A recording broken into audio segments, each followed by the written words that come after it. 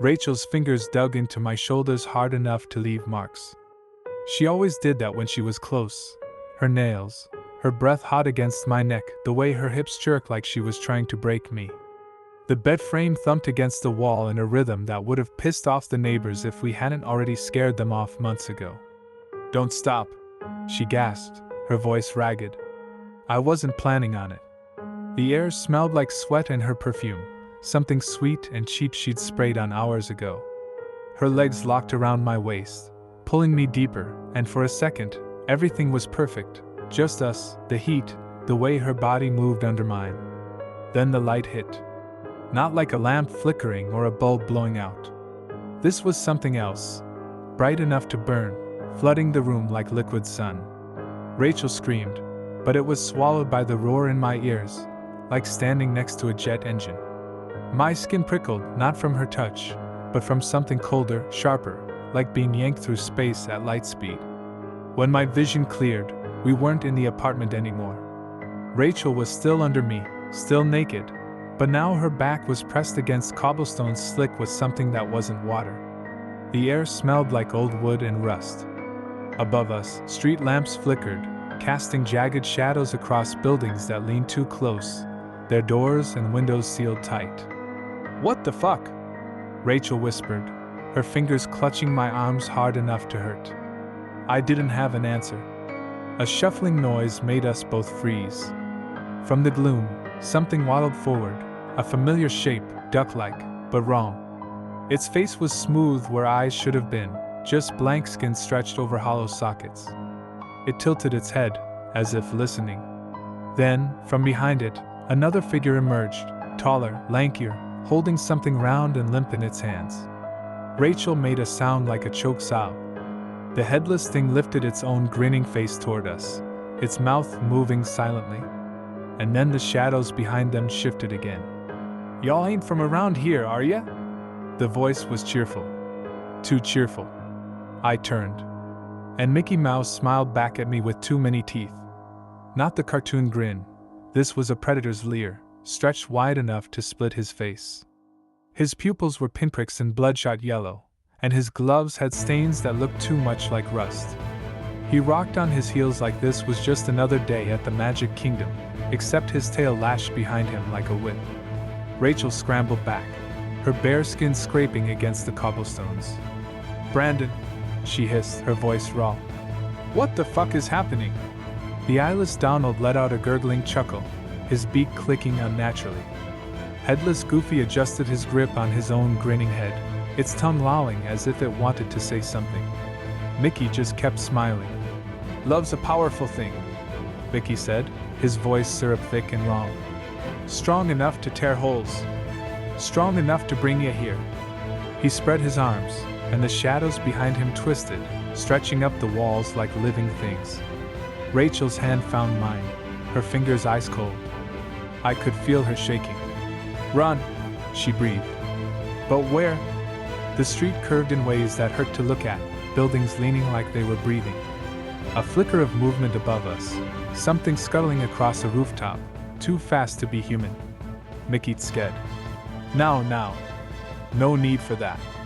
He took a step forward, and the cobblestones beneath him darkened, spreading like ink. "Y'all got something we need. Something real special." His grin widened. "That love of yours." Donald Duck waddled closer, his neck twisting at an impossible angle. Goofy's detached head giggled, high and manic. Rachel's grip tightened. I could hear her heartbeat, or maybe it was mine, pounding in my ears. Then Mickey lunged. Not the slow, cartoonish shuffle. This was a blur of red and black, his fingers hooked into claws. Rachel screamed, yanking me sideways as his glove grazed my shoulder, burning cold, like frostbite. The alleyway behind us was darker, narrower. No choice. We ran. And behind us, Mickey's laughter echoed, bouncing off walls that shouldn't have been there. "Don't you worry," he called, his voice fading into the twisting streets. "We'll find y'all real soon." Rachel's breath came in ragged gasps. "Brandon," she panted, "what the hell did we just?" A shadow moved in the alley ahead. Something tall, something with horns. And then the whispers started. They weren't from Donald. His beak just kept clicking, wet and hollow. Or from Goofy's disembodied head, which was now rolling its eyes in exaggerated circles. No, the whispers slithered from the cracks between the cobblestones, from the warped doorways with no handles, from the flickering street lamps that pulsed like slow, sick heartbeats. Rachel snatched one of the cloaks and flung it around her shoulders with a shudder. The fabric was coarse, stinking of mildew and something metallic, blood or rust, maybe both. I grabbed the other one, and the second my fingers touched it, the whispers sharpened into words. Asterisk. They always run. But the love stays. The love feeds. Asterisk. Mickey's grin hadn't faltered. He rocked back on his heels, tail twitching like a cat watching a wounded bird. Now, ain't that better? He crooned. But his gloves were flexing, the stains on them darker now, fresh. Rachel clutched the cloak tighter, her knuckles white. Brandon, she whispered. They're not them. They're wearing them like skins. The thing with horns stepped forward, and my stomach dropped. It was Pete, or something wearing what was left of him. His belly was split open, spilling ropes of glistening shadow onto the cobblestones, and his horns curled too long, too sharp, scraping the overhanging eaves as he lumbered closer. Mickey patted Pete's flank like he was soothing a dog. Y'all got options, he said sweetly. Give us what we want, asterisk voluntary like asterisk, or we take it. His pupils dilated, swallowing the yellow of his eyes for a heartbeat. And trust me, the second way's a whole lot messier. Rachel's hand found mine again. Her palm was slick with sweat. Then the cobblestones trembled. Not an earthquake, something deeper, like the street itself was inhaling. The whispers surged into a chorus, and the buildings groaned, their windows stretching into leering mouths. Pete lunged. Rachel yanked me sideways, and we crashed through a doorway that hadn't been there a second ago. The room beyond was pitch black, smelling of damp wood and rotting plush. Distantly, Mickey's laughter chased us, bouncing off walls that pressed in too close. And then the doors slammed shut behind us. Something in the dark breathed. Rachel's fingers dug into my arm. Oh God, she whispered. Brandon, there's someone else in here. The breathing hitched, wet, gurgling, like lungs full of syrup. Then the giggle came. High-pitched. Familiar. A match scraped to life in the darkness, the sudden flare painting the room in flickering orange. And there he was, Pluto. Or what was left of him. His fur hung in patchy clumps, revealing raw, glistening muscle beneath. One ear was torn clean off, the other twitching as if listening to sounds only he could hear. His tongue lolled out, too long, too pink, dripping something thick and dark onto the floor. But the worst part was his eyes, milky white, bulging, rolling in their sockets like marbles loose in a cup. The match burned down to the holder's fingers. With a hiss, it was dropped, plunging us back into blackness. But not before I saw the collar around Pluto's neck, rusted, spiked, the nameplate scratched out except for one word: obey. Rachel's breath came in short, panicked bursts.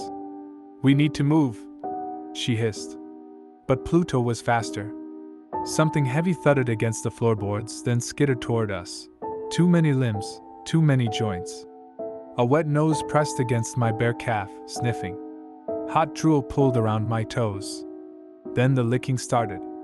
Not the playful, slobbery licks of a happy dog. This was something hungrier.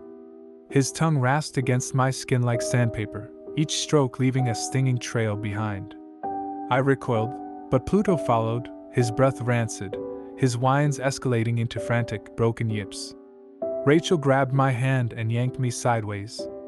We stumbled through the dark, crashing into furniture that felt wrong, too soft in some places, too sharp in others. Behind us, Pluto's nails clicked against the wood, his panting growing louder, closer. A door. My hand slapped against it, fumbling for a handle.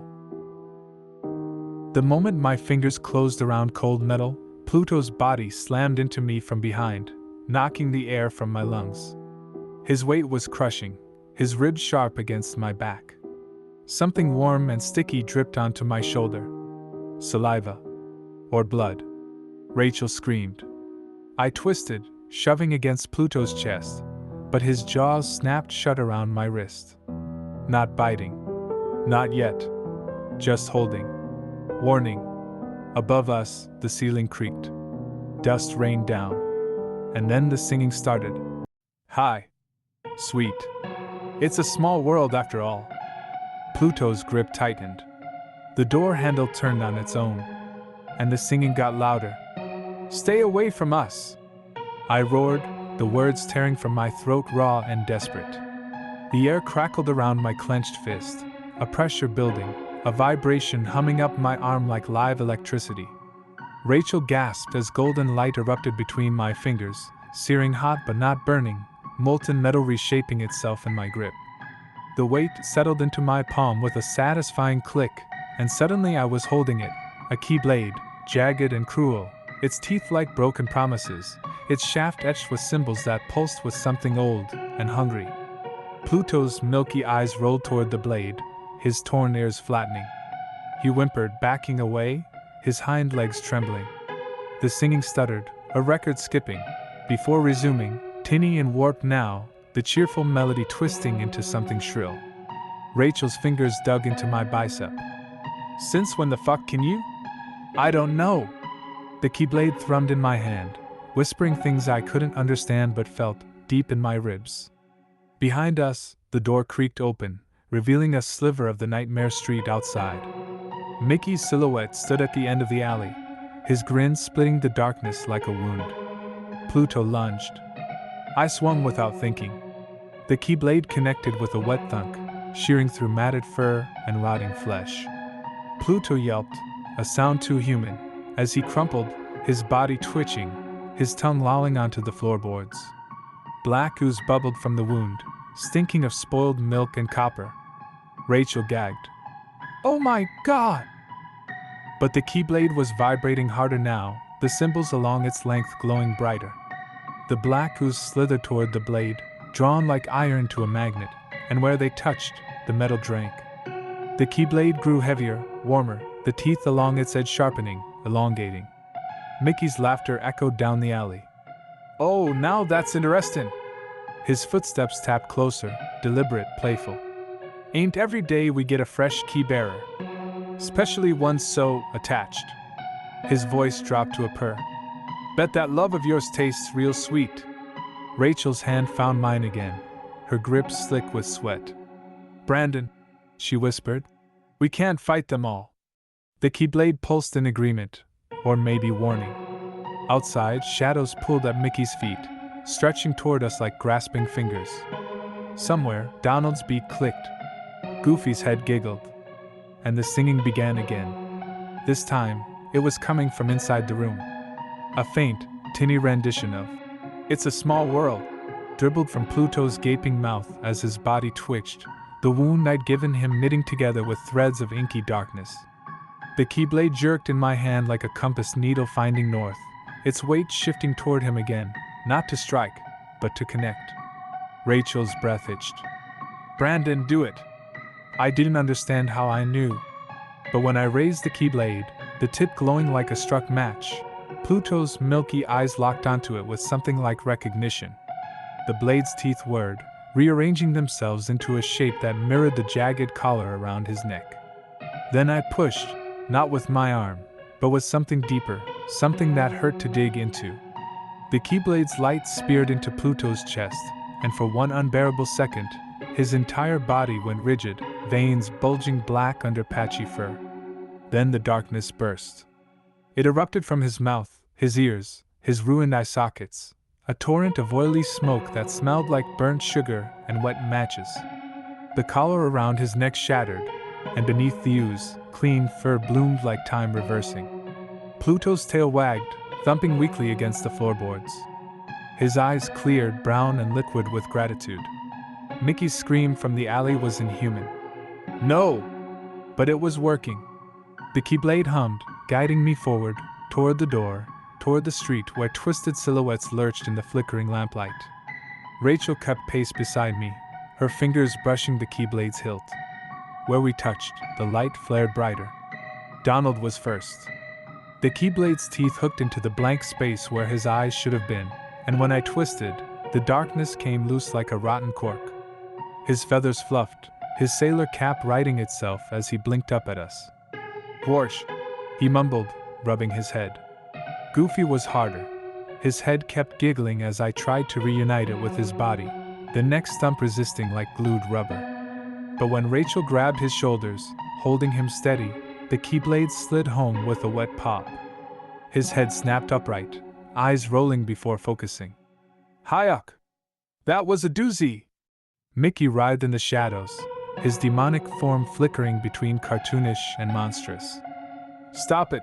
he hissed, but his voice was splintering, losing its syrup menace. "You don't know what you're." The Keyblade plunged into his chest. For a heartbeat, nothing happened. Then his grin softened, his yellow eyes fading to warm black. The stains on his gloves lightened to cherry red. "Oh gee," he whispered, small and bewildered. He touched his face like he'd forgotten what it felt like. Behind us, the streetlights brightened. The buildings sighed, their warped angles relaxing.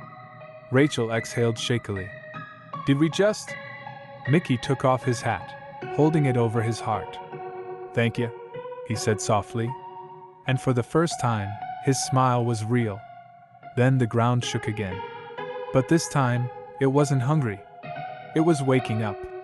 The entire street pulsed like a heartbeat, cobblestones swelling under our bare feet as the air thickened with the scent of ozone and something floral, like roses dipped in gasoline.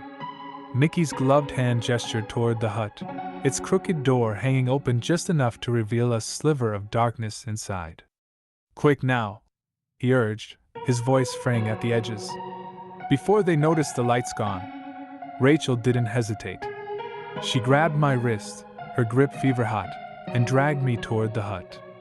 The Keyblade dissolved into golden mist the second we crossed the threshold, its weight replaced by the press of Rachel's body as she shoved me against the wall. The door slammed shut behind us, sealing us in a darkness so complete I could feel it against my skin, alive, breathing, watching.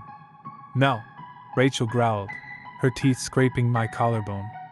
Her hands were everywhere, mapping my ribs, my hips, her nails leaving trails that burned. "Think of home. The messy parts." Her knee wedged between my thighs, and the hut shuddered, its walls creaking like an old ship. Distantly, something screeched, an animal sound, desperate. I caught her face between my hands, kissing her hard enough to taste blood. The air crackled, charged with something older than lust. Our bodies moved like we were fighting, like we were trying to crawl inside each other. Rachel bit down on my lip, her moan vibrating against my mouth as her fingers twisted in my hair. The hut groaned, its wooden planks flexing as if straining to contain us. Then the screaming started, not from outside, but from the walls themselves, high and metallic. Rachel arched against me, her back bowing as pleasure and terror blurred into one sensation. The darkness convulsed, peeling back in strips to reveal flashes of our bedroom ceiling, the smell of her sweat-soaked sheets, the muffled bass from the neighbor's stereo. We were dissolving. Rachel's thighs trembled around my hips as the last of Traverse Town unraveled, its horrors reduced to a fading pressure between our joined bodies. Then silence. And the sting of her nails in my shoulders. And the familiar creak of our bed frame. We were both soaked in our juices. "Well, that was fun," Rachel said, her breath hot against my neck where she'd bitten me. Her thigh was still hooked over my hip, sticky with sweat and the mess we'd made. The sheets clung to us, damp and twisted. Outside, a car honked, just some asshole cutting someone off. Normal. Mundane. Real. I stared at the ceiling, waiting for the other shoe to drop. Waiting for the walls to peel back into nightmare cobblestones, for Pluto's whimpers to start up again under the bed. But Rachel's fingers trailed down my chest, her nails leaving pale lines that didn't fade. Proof we were here. That we'd made it back. Then she froze. "Brandon." Her voice was too quiet. I followed her gaze. My wrist, where Pluto's teeth had gripped me, was marked. Not bruises. Not even scars. But etchings, fine as spider silk, pulsing gold under the skin. The same symbols that had crawled along the Keyblade. Rachel exhaled through her nose. Slowly, deliberately, she lifted her own arm. There, along the inside of her forearm, the same markings coiled like vines. They shimmered when she moved, reacting to her pulse. The neighbor's bass thumped through the wall. A dog barked. Normal sounds. But beneath them, if I strained, I could hear it. The whisper of metal against air, the phantom weight of the Keyblade calling from somewhere else. Rachel sat up, the sheets pulling around her waist. "It's not over," she said. Not a question. I reached for her, and where our skin touched, the symbols flared brighter. The bedroom lights flickered. Just once. A warning. Or a promise. Somewhere, very far away, Mickey laughed.